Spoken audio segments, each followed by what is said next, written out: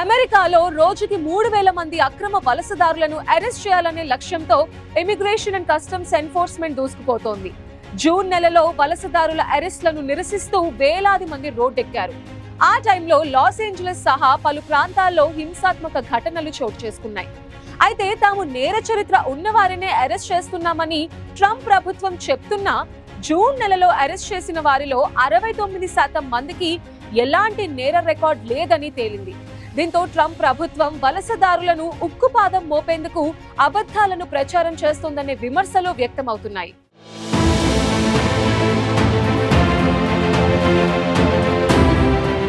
అమెరికాలో అక్రమ వలసదారులపై ట్రంప్ సర్కార్ ఉక్కుపాదం మోపుతోంది. గత హయాంలో పోలిస్తే రెండో పదవీ కాలంలో అక్రమ వలసదారుల అరెస్టులు మరింత పెరిగాయి. అక్రమ వలసదారుల విషయంలో ఇమిగ్రేషన్ అండ్ కస్టమ్స్ ఎన్ఫోర్స్మెంట్ మరింత దూకుడుగా వ్యవహరిస్తోంది. గత బైడెన్ హయాంలో రోజుకు సగటున 300 మందిని అరెస్ట్ చేస్తే ట్రంప్ హయాంలో మాత్రం రోజుకు 3,000 మందిని అరెస్ట్ చేయాలని లక్ష్యంగా పెట్టుకున్నారు. జూన్ చివరి నాటికి ఐసీఈ 1,00,000 మంది అక్రమ వలసదారులను అరెస్ట్ చేసింది. ఇందులో లాస్ ఏంజల్స్ లో జూన్ 6 నుంచి జూన్ 22 వరకు 1,618 మందిని అరెస్ట్ చేశారు. జూన్ చివరి నాటికి ఈ సంఖ్య 2,792కి పెరిగింది. ఈ అరెస్టులలో ఎక్కువ భాగం హోమ్ డిపో, కార్ వాష్లు, డే లేబరర్ స్పాట్ల వంటి ప్రదేశాలలో జరిగాయి. ఇక్కడ లాటినో కార్మికులను లక్ష్యంగా చేసుకున్నారని సివిల్ రైట్స్ గ్రూపులు ఆరోపించాయి.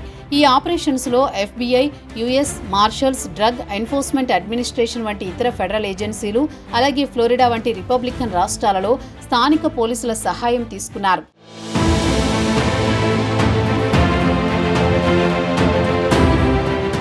వర్స్ట్ ఆఫ్ ది వర్స్ట్ నేరస్తులను లక్ష్యంగా చేసుకుంటున్నామని ట్రంప్ ప్రభుత్వం చెబుతున్నప్పటికీ లాస్ ఏంజల్స్ లో జూన్ 1 నుంచి 10 మధ్య అరెస్టు చేయబడిన వారిలో 69% మంది నేర రికార్డు లేదని తెలుస్తోంది.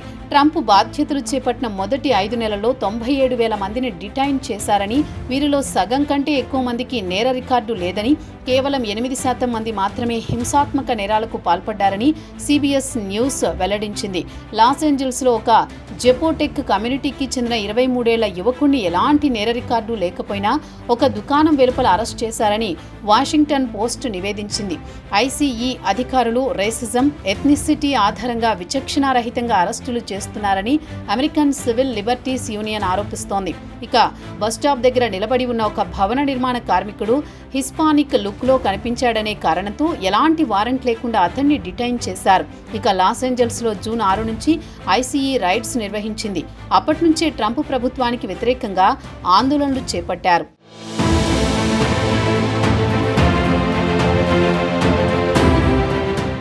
ఐసీఈ రైడ్స్ లో హోమ్ డిపో, గార్మెంట్ ఫ్యాక్టరీలు, వ్యవసాయ క్షేత్రాలు లక్ష్యంగా చేసుకున్నారు. అక్కడ పనిచేస్తున్న వేలాది మందిని ఎలాంటి వారెంట్ లేకుండా డిటైన్ చేశారు. దీనికి ప్రతిస్పందనగా జూన్ 8న లాస్ ఏంజల్స్ లో నిరసనకారులు ఫెడరల్ బిల్డింగ్ దగ్గర ఆందోళనలకు దిగారు. అధ్యక్షుడు ట్రంప్ ఈ నిరసనలను అణచివేయడానికి 2,000 మంది కాలిఫోర్నియా నేషనల్ గార్డ్ సభ్యులను, 700 మెరైన్స్ ను మోహరించారు. ఈ నిర్ణయం స్థానిక పోలీసులతో ఉద్రిక్తతలను మరింత పెంచింది. 20 రిపబ్లికన్ నేతృత్వంలోని రాష్ట్రాలలో ఫ్లోరిడా వంటి రాష్ట్రాలు డిపోర్టేషన్లను వేగవంతం చేస్తూ ఐసీఈ ఆపరేషన్స్ కు స్థానిక లా ఎన్ఫోర్స్మెంట్ సహకారాన్ని అందించాయి. అయితే లాస్ ఏంజల్స్ లో జూలై 12న ఒక ఫెడరల్ జడ్జి ఈ రైడ్స్ ను అన్కాన్స్టిట్యూషనల్ అని పేర్కొంటూ రేస్ ఆధారంగా అరెస్టులు చేయడాన్ని నిలిపివేయమని ఆదేశించారు. ఈ తీర్పు ట్రంప్ పరిపాలనకు ఒక తాత్కాలిక అడ్డంకిగా నిలిచింది. కానీ డిపోర్టేషన్ ఆపరేషన్ కొనసాగుతున్నాయి. మరోవైపు ఐసీఈ ఆపరేషన్స్ పై విమర్శలు తీవ్రంగా ఉన్నాయి. కష్టపడి పనిచేసే వలస కుటుంబాలను విచక్షణారహితంగా లక్ష్యంగా చేసుకుంటున్నారంటూ కాలిఫోర్నియా గవర్నర్ గావిన్ న్యూసమ్ ఆరోపించారు. ఇక నేరస్తులను కాకుండా నేర చరిత్ర లేని వారిని అరెస్ట్ చేయడం వల్ల వనరులు వృధా అవుతున్నాయని రిపబ్లికన్ పార్టీ నేతలే చెబుతున్నారు.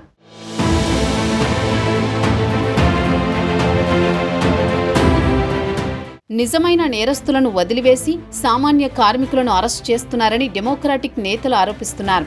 ఐసీఈ చేపడుతున్న అరెస్టులు ట్రంప్ రాజకీయ ఎజెండాలో భాగమని మండిపడుతున్నారు. కేవలం ఎక్కువ మందిని అరెస్ట్ చేశామని చెప్పుకోవడానికే ట్రంప్ ఇలా చేస్తున్నారని, కానీ అమెరికాలో మాత్రం నేరాలు పెరుగుతూనే ఉన్నాయంటున్నారు. తన ప్రభుత్వంపై విమర్శలు పెరుగుతున్న నేపథ్యంలో ట్రంప్ కీలక ఆదేశాలు జారీ చేశారు. వ్యవసాయం, హోటల్ రంగాల్లో పనిచేస్తున్న కార్మికులపై రైట్స్ను తాత్కాలికంగా నిలిపివేయాలని ఆదేశించారు. ఇలా చేయడం వల్ల అమెరికన్ వ్యాపారాలకు దెబ్బ పడుతోందని విమర్శలు రావడంతో ట్రంప్ ఈ నిర్ణయం తీసుకున్నారు. అయినప్పటికీ చాలా చోట్ల అనధికారికంగా అరెస్టులు జరుగుతూనే ఉన్నాయి. గ్వాంటానామో బేలో 30,000 మంది వరకు డిటైన్ చేసే ప్రణాళికలు ఉన్నాయి. అయితే ఈ అరెస్టులు కేవలం ట్రంప్ ఎన్నికల వాగ్దానాలను నెరవేర్చేందుకే ఉన్నాయి తప్ప అమెరికాలో హింసను తగ్గించేందుకు కాదనే ఆరోపణలు కూడా ఉన్నాయి.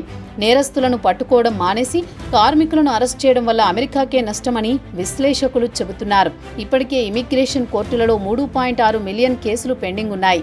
దీంతో డిపోర్టేషన్ ప్రక్రియ సంవత్సరాలు పట్టే అవకాశం కూడా ఉంది. ఐసీఈ చేస్తున్న ఆపరేషన్స్ దీర్ఘకాలంలో అమెరికా ఆర్థిక వ్యవస్థ, మానవ హక్కులు, రాజకీయ స్థిరత్వంపై ఎలాంటి ప్రభావం చూపుతాయనేది వేచి చూడాలి.